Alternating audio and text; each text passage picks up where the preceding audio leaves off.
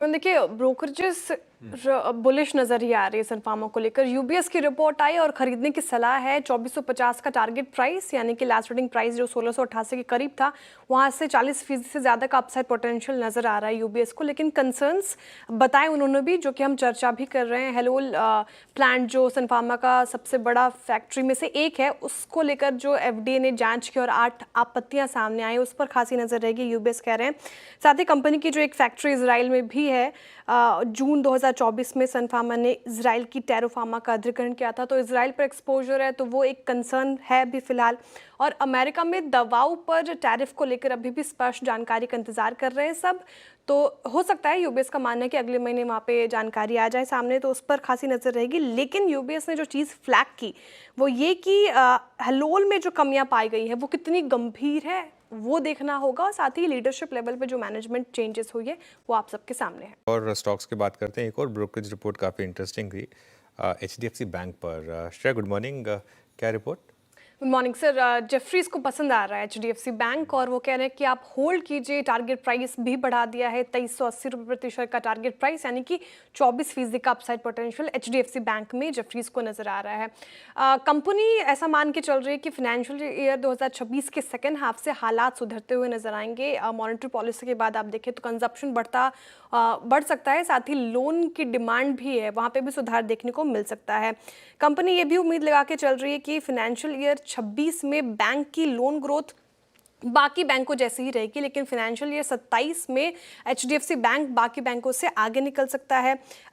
कुछ समय के लिए, नियर टर्म के लिए आप देखें, नेट इंटरेस्ट मार्जिन थोड़े घट सकते हैं, लेकिन फाइनेंशियल ईयर 27 में वहाँ पे बढ़ोतरी संभव है। एसेट क्वालिटी की बात करें तो वो भी अच्छा बना हुआ है, जो कि कंपनी के लिए पॉजिटिव है। बैंक और सीईओ पर जो हाल में आरोप लगे थे उसको जेफरीज ने निराधार बताया है और कहा है कि इसका कोई असर होता हुआ नजर नहीं आएगा, इसलिए फिलहाल एचडीएफसी बैंक जेफरीज को पसंद है। जेफरीज को पसंद है एचडीएफसी बैंक। सतपुते साहब, आपको चार्ट्स में पसंद आ रहा है क्या? ये अभी 2000 एक बार कन्विंसिंगली पार करे, थमे तो साइकोलॉजिकल बैरियर के बियॉन्ड जा रहा होगा, तब तो तस्वीर बदले। स्टॉक प्लेस कैसा नजर आता है इस समय? जी देखिए, अगर आप एचडीएफसी का डेली चार्ट देखें तो लगता है ये अपने इंपॉर्टेंट सपोर्ट के ऊपर आया है। वो करीबन है 1910 का, जो कि आप कह सकते हैं 50 डीएमआई है। तो अगर आप पिछले 5-6 दिनों का इसका मूव देखें तो यहाँ पे लिक्विडेशन हुआ है and it is landed exactly on its 50 DMI. तो ये लेवल अच्छा है, that is the whole point. 1900 के ऊपर एचडीएफसी बैंक में मैं मानता हूँ कि यहाँ से एक अच्छा पुल बैक मिलेगा और ये पुल बैक का टारगेट होगा करीबन 1965 टू 1980। कल का जो क्लोज है 1920 के आसपास है, तो 1900 के ऊपर का जो जो भी डिप मिले वो एक बाइंग अपॉर्चुनिटी होगी। स्टॉप लॉस आपको 25 पॉइंट्स का मेंटेन करना पड़ेगा। हाँ श्रेया, अंबुजा पे रिपोर्ट आई हुई है। जी, जेफरीज की रिपोर्ट आई अंबुजा पे और खरीदारी की राय यहाँ पे भी आती हुई नजर आ रही है। टारगेट प्राइस भी अच्छा बढ़ा दिया है, 700 रुपये प्रति शेयर का टारगेट प्राइस रख दिया, यानी कि 28% का अपसाइड पोटेंशियल अंबुजा में जेफरीज को नजर आ रहा है। क्या अच्छा लग रहा है? तो देखिए, कंपनी काफ़ी ज़्यादा कॉन्फिडेंट साउंड कर रही है। उनका मानना है कि फाइनेंशियल ईयर 28 तक 140 मिलियन टन सालाना सीमेंट उत्पादन क्षमता जो है वो हासिल कर सकती है। साथ ही कंपनी अब कुछ सालों में खर्च को कम करने पर फोकस करेगी और साथ ही काम की एफिशिएंसी को बढ़ाने पर भी फोकस करेगी, और इसलिए कंपनी को उम्मीद है कि फाइनेंशियल ईयर 26 में सीमेंट की जो मांग है वो 7 से 8% तक बढ़ेगी, यानी कि इंडस्ट्री में सुधार ही आएगा। तो कीमतों को लेकर मैनेजमेंट ने कहा है कि पिछले कुछ महीनों में सुधार देखने को मिला है, इसलिए फिलहाल अंबुजा सीमेंट आप खरीद सकते हैं।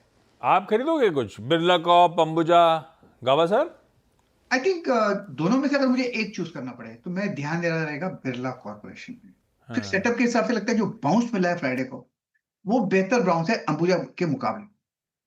ट्रेड करा है 1363 के आसपास, स्टॉप लगाना चाहिए करीब 1349-50 का, 12-13 रुपए का स्टॉप है। अपसाइड अगर मिल जाता है ना तो 1400 भी जा सकता है।